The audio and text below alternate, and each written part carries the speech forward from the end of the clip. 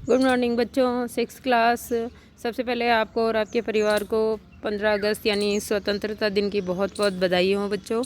और हम लोग जो है विज्ञान विषय में आपका पाठ 6 पढ़ रहे हैं। आपका पाठ 6 जो है विज्ञान विषय में वो है हमारे आसपास के परिवर्तन। कल मैंने कुछ परिवर्तनों के बारे में आपको बताया था कि किस प्रकार हमारे आसपास कुछ परिवर्तन अपने आप चलते रहते हैं और कुछ परिवर्तन जो है वो हमारे द्वारा किए जाते हैं। उसमें मैंने आपको देखिए ये बताया था कि किस तरह आप जो है वो कागज़ से मोड़ करके और आप प्लेन बना सकते हैं। फिर उसके बाद वापस उसको जब तक खेले उसके बाद ठीक है, और जब मन भर गया आपका खेलने से तो उसको सीधा करके उसकी फोल्डिंग या सलवट निकाल करके उसको वापस आपने पेपर बना दिया था।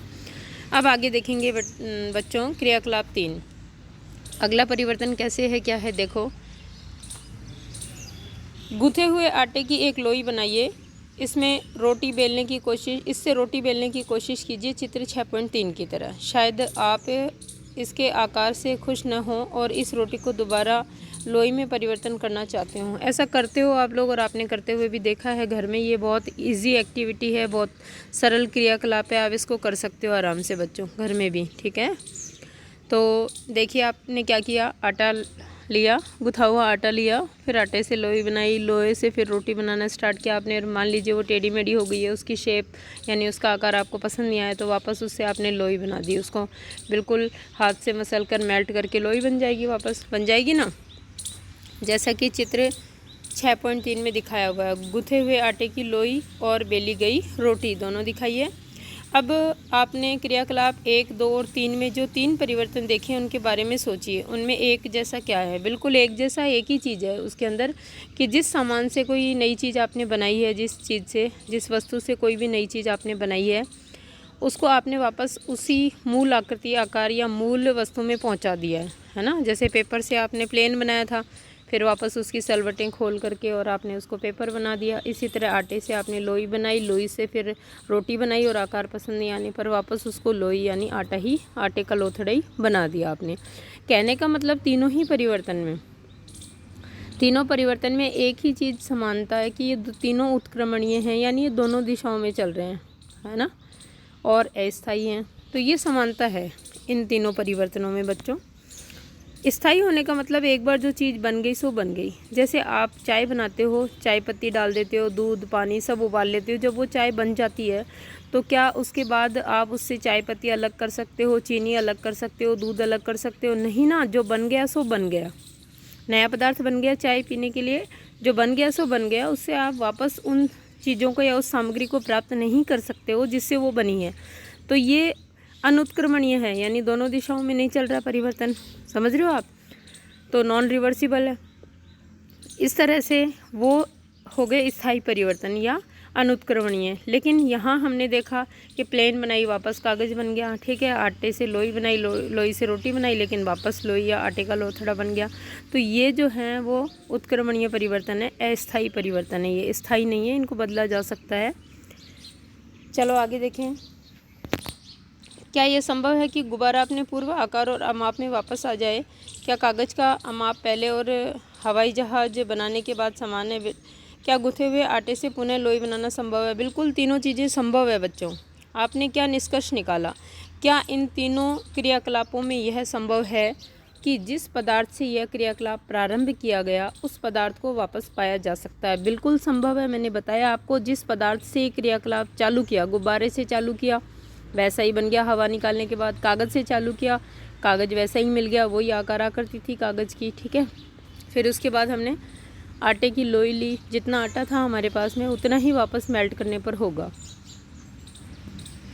यदि हाँ तो इसका मतलब है कि जो परिवर्तन इस क्रियाकलाप में हो रहे हैं उन्हें पुनः पूर्व स्थिति में लाया जा सकता है। मतलब यही आपकी समानता है इन परिवर्तनों में कि जो भी परिवर्तन हो रहे हैं ना, उसका मतलब जो है उनको उन्हें पूर्व स्थिति में लाया जा सकता है। आइए इन्हीं क्रियाकलापों को कुछ अलग ढंग से करते हैं, ठीक है, यानी और एक्टिविटीज़ करते हैं हम लोग परिवर्तनों को समझने के लिए। चलो आगे बढ़ते हैं। यह है बच्चों क्रियाकलाप 4।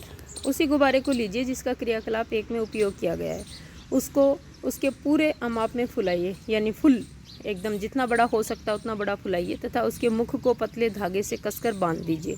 ऐसा तो आप सब जनरली देखते हैं और करते भी हैं। गुब्बारे में अपनी नुकीली पेंसिल से छेद कीजिए। ओह, गुब्बारा फट गया, फट जाएगा ना।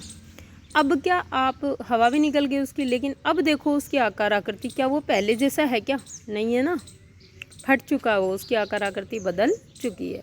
चलो एक एक्टिविटी और कर लें। अब वही कागज़ का टुकड़ा लीजिए जिसे क्रियाकलाप 2 में आपने प्रयोग किया था। प्लेन, आपने उड़ने वाला प्लेन बनाया था ना बच्चों के खेलने वाला, उसी कागज़ को पुनः यूज़ करना है। उसके ऊपर एक हवाई जहाज़ का रेखा चित्र बनाइए तथा उसे बाहरी रेखा के साथ काटिए। आपने ये एरोप्लेन बनाया, इस कागज़ के ऊपर ये आपने आकृति बनाई और फिर कैंची से इस शेप में आपने उसको काट दिया। अब देखो आप क्या वापस इससे आप यही चीज़, क्या वापस इस प्लेन को आप ऐसा बना सकते हो क्या? कागज़ को नहीं बनेगा, क्योंकि आपने उसकी कटिंग कर दी। ठीक है, कागज़ से काटकर बनाया गया हवाई जहाज। चलिए नेक्स्ट देखें क्रियाकलाप 6। गूँथे हुए आटे की लोई से रोटी बनाई, बेल दिया, आपने बेली थी ना। क्रियाकलाप 3 में उसे तवे पर सेकिए। चित्र 6.5 में देखो, रोटी इस तरह से हो जाएगी सिक करके। अब बताओ, क्या इस सिकी हुई रोटी से वापस आप आटे की लोई बना सकते हो? क्या नहीं बना सकते हैं हम लोग, है ना।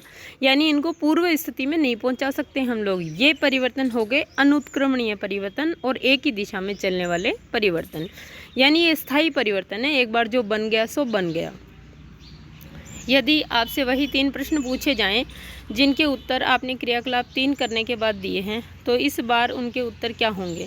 हम देखते हैं कि जो परिवर्तन क्रियाकलाप 4, 5, 6 में हुए उनको वापस नहीं किया जा सकता। आप पेंसिल और रबड़ का उपयोग करते हैं, इनके बार बार उपयोग करने से इनके आकार व माप में परिवर्तन हो जाता है, छोटे हो जाते हैं ना, घिस जाते हैं।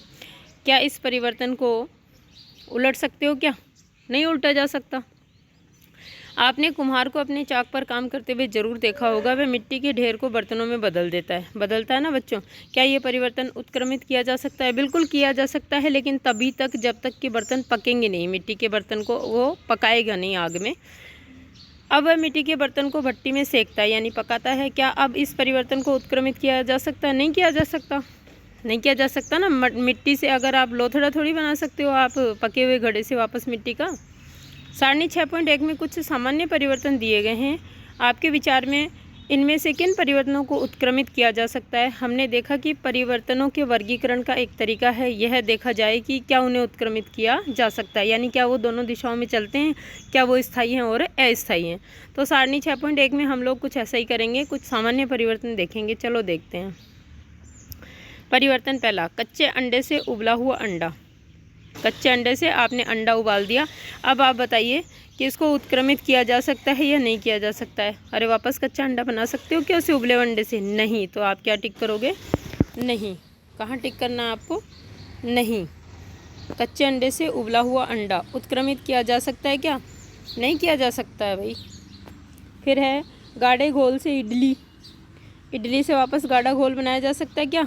तो क्या लिखोगे? नहीं।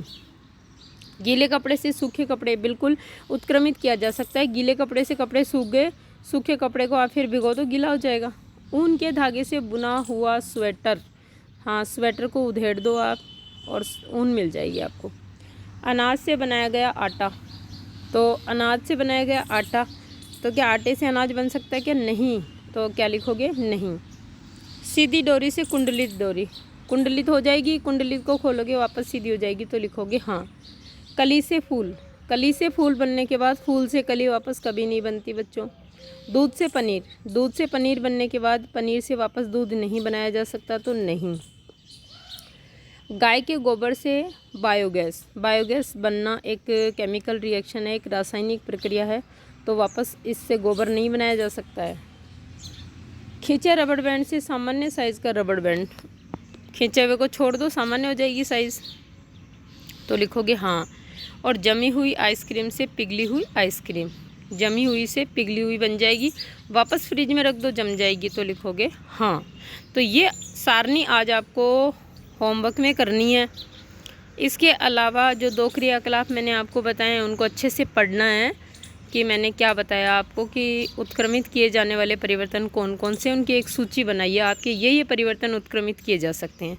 इसके अलावा सारणी में जो दिया है उनको अच्छे से पढ़ करके अपने दिमाग से इसके आगे भरना है। और मैंने भी आपको बता दिया है के उत्क्रमित किए जा सकते हैं या नहीं किए जा सकते हैं। तो चलिए एक बार फिर से बच्चों आप सभी को जो है स्वतंत्रता दिवस की बहुत बहुत बधाइयाँ, और आपका अगला टॉपिक जो है वो आपके कल के वीडियो में देखेंगे। Okay students.